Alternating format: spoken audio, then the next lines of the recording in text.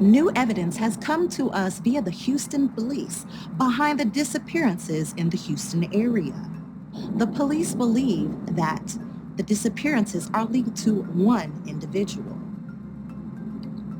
The police urge the citizens, if you see or have heard from this person, please contact the crime hotline.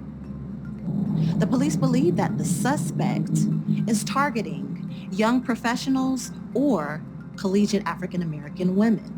At this time, there is no additional information on the suspect, but once again, the Houston police are urging the public to call in for any additional information.